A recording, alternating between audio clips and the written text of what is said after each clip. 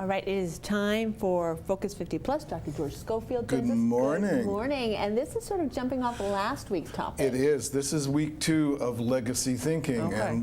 And legacy thinking we talked about last week simply in terms of going on autopilot. I'm retired at 65. I have a pension that should last the rest of my life. I don't have to worry about money for the rest of my life. And we all can see what's happening with certain pensions. I'm not predicting gloom and doom, but it's not a good idea to hang on to your legacy thinking without checking it out periodically to see if it's still true. So what should you do? What are some examples? What should we be doing? So let's talk about a couple of other examples. My education is complete. I never have to go back to school.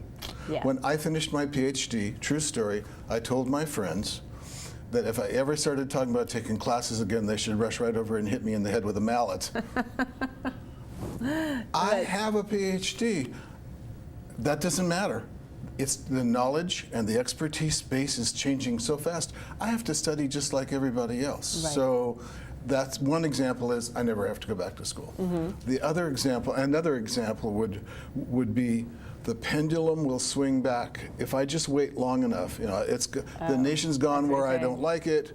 It's going to swing back. I'll just wait for it. Isn't going to happen. Imagine a bomb going off and the pendulum isn't there anymore. Right, exactly. Yeah.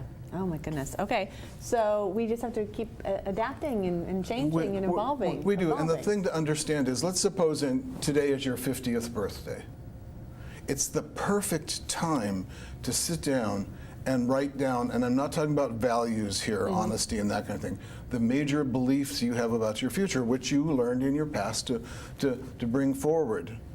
One of the things you can do for yourself is write those down and check them out and see if they're still true. Because if today's your 50th birthday and you want to retire at 65 because that's what you learned to do, and you're going to live to be 95, can you save 40 years worth of money in those 15 years?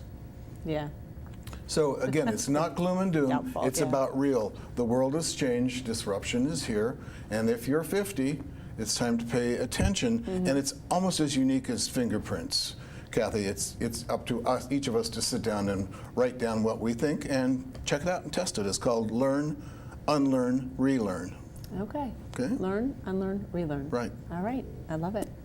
All right. Well, very, words to live by and think about, and I'm like always filing them away. And so. It's work. Yeah. Yeah. I think that's important to understand. I'm actually asking people to do work. It's their lives, they're your lives, and I'm trying to get ahead of the curve and say, I think this would be important to pay attention to now in honor of your 50th birthday. Exactly. All right. Looking forward to next week already. Good. And we'll see you guys right after this break.